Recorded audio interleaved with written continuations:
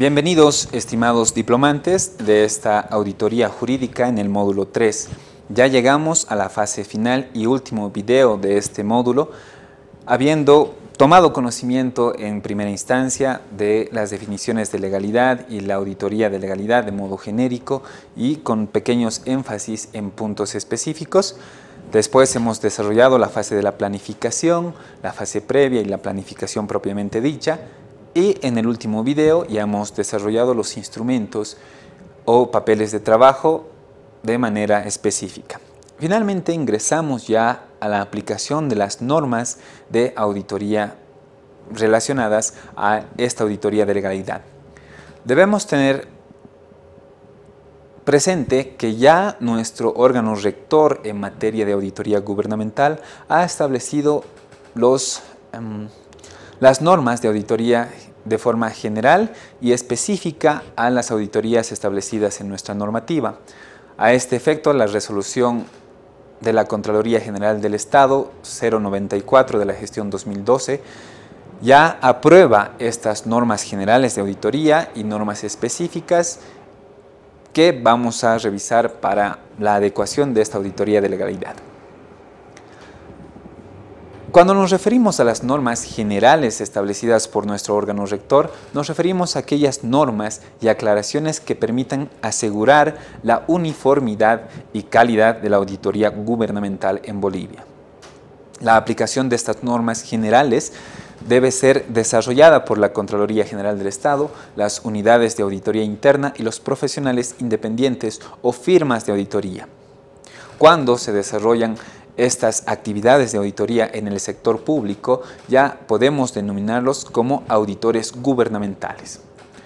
Para la elaboración de estas normas de auditoría se han tomado como fuentes las normas emitidas por el Consejo Técnico Nacional de Auditoría y Contabilidad del Colegio de Auditores de Bolivia, la Federación Internacional de Contadores, que emite las normas internacionales de auditoría, el Instituto Americano de Contadores Públicos, la Organización Internacional de Entidades Fiscalizadoras Superiores, el Instituto de Auditores Internos y la Oficina de la Contraloría General de los Estados Unidos, como refiere esta norma aprobada por la Contraloría. En caso de vacíos técnicos, se puede acudir finalmente a la emisión de estas normas que ha emitido el IFAC, las NIAS, el AICPA, INTOSAI, y finalmente las normas emitidas por el ejercicio profesional de auditoría interna.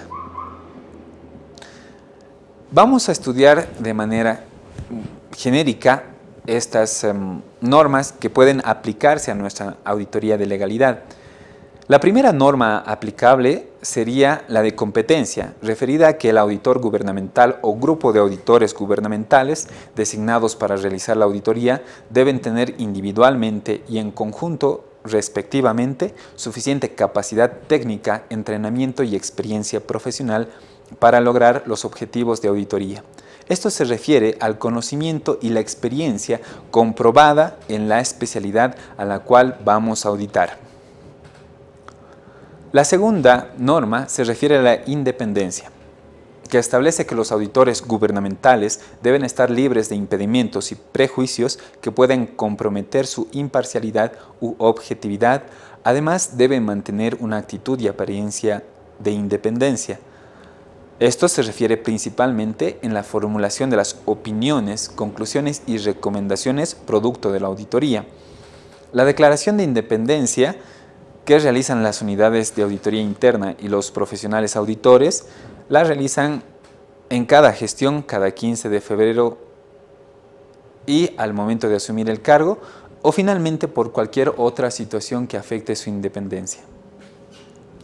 La tercera norma se refiere a la ética, que establece que en el ejercicio de sus funciones, el auditor gubernamental debe regirse por un código de ética del auditor gubernamental emitido por la Contraloría General del Estado.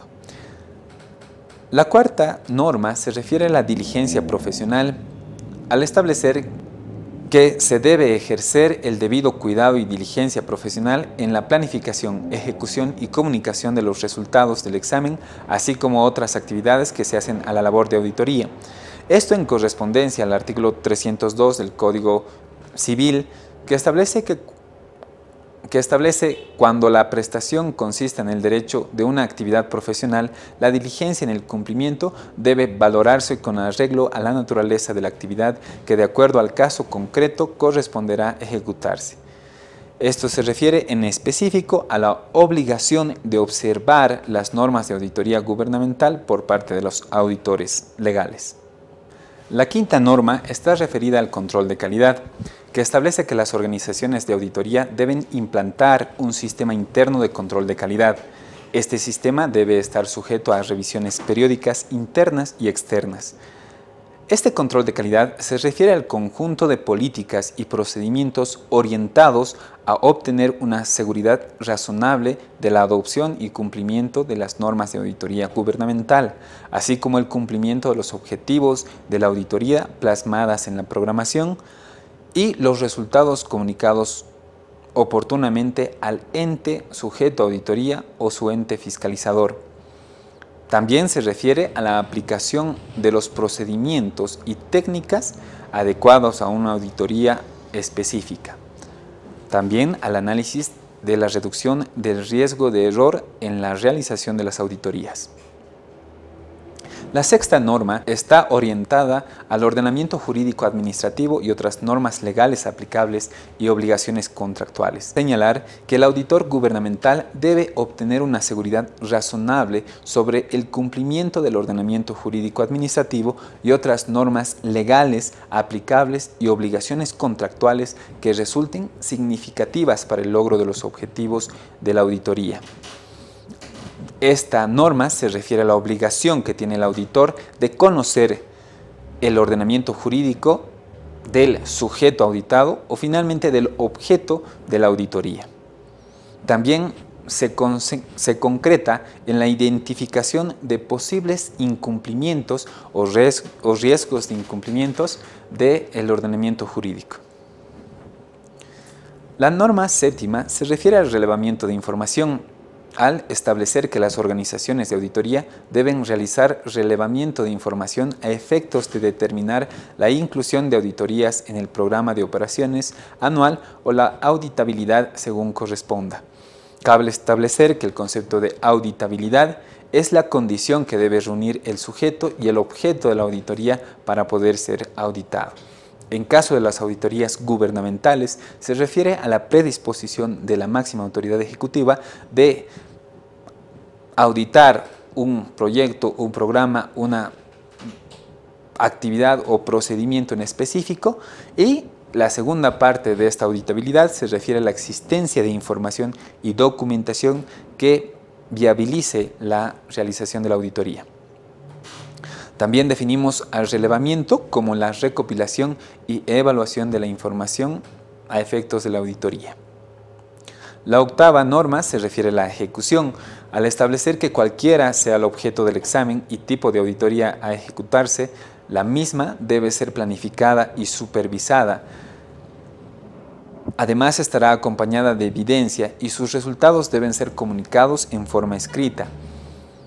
Cuando ya nos referimos a ejecuciones específicas, como este caso de la auditoría de legalidad, deben sujetarse a una norma de auditoría gubernamental específica. En nuestro caso, las auditorías especiales reguladas por la Contraloría. La norma novena, referida al seguimiento, establece que la Contraloría General del Estado y las unidades de auditoría interna de las entidades públicas deben verificar oportunamente el cumplimiento de las recomendaciones contenidas en sus informes. Además, las unidades de auditoría interna deben verificar el cumplimiento de las recomendaciones emitidas por las firmas privadas de auditoría y profesionales independientes. Cuando hablamos del seguimiento a las recomendaciones, podemos considerar que una recomendación ha sido cumplida cuando los factores o las causas que han generado la recomendación ya hayan reducido o anulado el riesgo de que sean repetidas a futuro. Cuando son no cumplidas, podemos referir entre estos aspectos que se hayan implementado algunos lineamientos, algunas políticas por parte de la institución, pero estas no eliminen el riesgo de que sean repetidas. Por ejemplo, si la recomendación refiere la aplicación de un reglamento específico, pero la entidad estableció otro reglamento que no tiene que ver con las recomendaciones emitidas. Y finalmente se considera una recomendación no aplicable cuando varíen, por ejemplo, las circunstancias jurídico-legales de la entidad o la normativa haya modificado las funciones o atribuciones o en su caso una entidad haya cerrado o se haya fusionado a otra, ya no existiendo el riesgo de que sean repetidas de la misma forma que fueron observadas por la auditoría. Ya ingresando a nuestra materia específica, hemos señalado al principio de este módulo que no hay reglamentación específica de la auditoría de legalidad propiamente dicha. Sin embargo, si debemos acudir a alguna normativa específica, cabe revisar la definición que hace la Contraloría General del Estado respecto a la auditoría especial, definiéndola como la acumulación y examen sistemático y objetivo de evidencia con el propósito de expresar una opinión independiente sobre el cumplimiento del ordenamiento jurídico administrativo y otras normas legales aplicables y obligaciones contractuales y, si corresponde, establecer indicios de responsabilidad por la función pública. El establecimiento de indicios de responsabilidad por la función pública no es un fin u objetivo de la auditoría, sino el resultado de la misma, sin perjuicio de las excepciones previstas en las normas establecidas en la auditoría especial. La primera norma referida a esta auditoría se refiere a la planificación, al establecer que la auditoría debe planificarse de tal forma que los objetivos del examen sean alcanzados efectivamente. La segunda norma se refiere a la supervisión, al definir que el personal competente debe supervisar sistemática y oportunamente el trabajo realizado por los profesionales que conformen el equipo de auditoría. La tercera norma del control interno señala que debe efectuarse la evaluación del control interno relacionada con el objetivo y objeto del examen, a efectos de la planificación de la auditoría. La cuarta norma de la evidencia, que establece que debe observarse evidencia competente y suficiente para sustentar los hallazgos y conclusiones del auditor gubernamental. La quinta norma está referida a la comunicación de los resultados. El informe de auditoría especial debe ser oportuno, completo, veraz, objetivo y convincente, así como lo suficientemente claro y conciso como lo permitan los asuntos tratados. Debe indicar los antecedentes, el objetivo, los objetivos específicos del examen, el objeto, el alcance y la metodología empleada. Señalar que el auditor gubernamental realizó la auditoría de acuerdo con las normas de auditoría gubernamental. Exponer los resultados de la auditoría considerando cada uno de los objetivos y alcance previstos en el memorándum de planificación de auditoría, así como los hallazgos significativos, conclusiones y recomendaciones del auditor gubernamental según el tipo de informe a emitir. Además, este informe, si corresponde, debe hacer referencia a los indicios de responsabilidad expuestos en el informe legal y las condiciones para la presentación de descargos. Debe hacer referencia a informes legales o técnicos que sustenten el informe de auditoría especial, salvo que la auditoría especial sea realizada por el área legal o técnica de la Contraloría General del Estado, casos en los cuales se hará referencia a los informes de apoyo requeridos cuando corresponda. Los informes con indicios de responsabilidad deben hacer referencia, si corresponde, a informes separados que contengan hallazgos sobre aspectos relevantes de control interno. La sexta norma se refiere a los procedimientos de aclaración y establece que estos informes de auditoría especial con indicios de responsabilidad penal deben someterse a procedimiento de aclaración de conformidad con los artículos 39 y 40 del reglamento aprobado por el Decreto Supremo 23.215 de la Contraloría General del Estado, que refiere que la Contraloría General o las unidades de auditoría interna deben hacer conocer dichos hallazgos al máximo ejecutivo de la entidad, así como las personas presuntamente involucradas, al entregar una copia de estos o, en su caso, realizar una publicación para entregar una copia del informe o los hallazgos identificados. En su caso, la persona involucrada podrá presentar sus descargos respectivos en el plazo de 10 días hábiles o solicitar las aclaraciones que correspondan. En el plazo de los 10 días, si presenta sus aclaraciones y justificativos, se emitirá un informe complementario, también de conocimiento de la persona involucrada. En la norma séptima se regula respecto al retiro de auditoría y establece que si durante la auditoría se identifican actos o hechos que presentan indicios de responsabilidad administrativa, civil o penal u otros, estos podrán constituirse en causal excepcional para el retiro de la auditoría. Cabe establecer que cuando se está realizando la fase previa y se estén recolectando información de la entidad y otros aspectos para programar la auditoría, se pueden identificar indicios de responsabilidad administrativa. En este caso se elaborará el informe circunstanciado de los hechos y ya no se deberá realizar la auditoría especial. Cuando ya esté en desarrollo esta auditoría, puede emitirse un informe circunstanciado de hechos y finalmente, si no corresponde al objeto central de la auditoría, concluir con esta y emitir las recomendaciones que correspondan.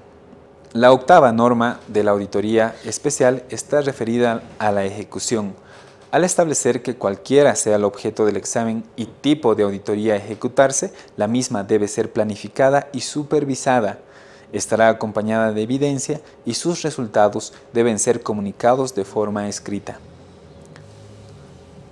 Bajo este contexto normativo de la regulación realizada por la Contraloría General del Estado, es que debemos tratar de adecuar a nuestras auditorías legales que vayamos a realizar tomando en cuenta el objeto, los objetivos, los alcances y el procedimiento y técnicas establecidas para lograr la mayor efectividad en el desarrollo de nuestra auditoría de legalidad. Sin embargo, en este video vamos a complementar nuestra información con aquellas normas internacionales de auditoría, solo de manera referencial. Entre estas podemos identificar a las NIA 200 respecto a los objetivos globales del auditor independiente, la NIA 210 referida a los acuerdos de los términos de encargo de auditoría, la NIA 220 del control de calidad de auditoría de estados financieros, la NIA 230 de responsabilidad del auditor en la preparación de la documentación, la NIA 240 de responsabilidades del auditor en la auditoría de estados financieros con respecto al fraude, la NIA 250 de responsabilidad del auditor de considerar las disposiciones legales y reglamentarias, la NIA 260 de responsabilidad que tiene el auditor de comunicarse con los responsables de gobierno, la NIA 265 de responsabilidad que tiene el auditor de comunicar adecuadamente, la NIA 300 de la responsabilidad de planificar, la NIA 315 de la responsabilidad para identificar y valorar riesgos, la NIA 320 de responsabilidad de aplicar el concepto de importancia relativa, la NIA 330 de responsabilidad de diseñar e implementar respuestas, la NIA 402 de responsabilidad de la entidad usuaria de obtener evidencia de auditoría, la NIA 450 de responsabilidad de evaluar el efecto de las incorrecciones identificadas, la NIA 500 de evidencia en una auditoría de estados financieros, la NIA 501 de consideraciones específicas del auditor, la NIA 505 de procedimientos de confirmación externa, la NIA 510 de relación con los saldos de apertura en un encargo inicial, la NIA 520 de procedimientos analíticos como procedimientos sustantivos, la NIA 530 de muestreo de auditoría en la realización de procedimientos, la NIA 540 de responsabilidad del auditor en relación con las estimaciones contables, la NIA 550 de relaciones y transacciones con partes vinculadas en una auditoría, la NIA 560 respecto a los hechos posteriores al cierre, la NIA 570 de utilización de la dirección de hipótesis de empresa en funcionamiento, La NIA 580 de obtención y manifestaciones escritas de los responsables. La NIA 600 de consideraciones particulares aplicables a las auditorías de grupo. La NIA 610 del auditor externo con respecto al trabajo de los auditores internos. La NIA 620 de organización en un campo de especialización distinto.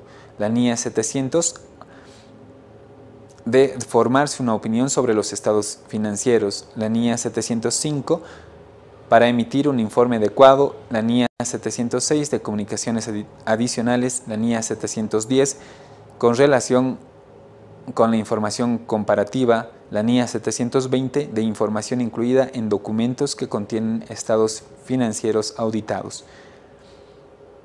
Con esto llegamos a concluir todo este módulo tercero de los procedimientos y técnicas de auditoría de legalidad.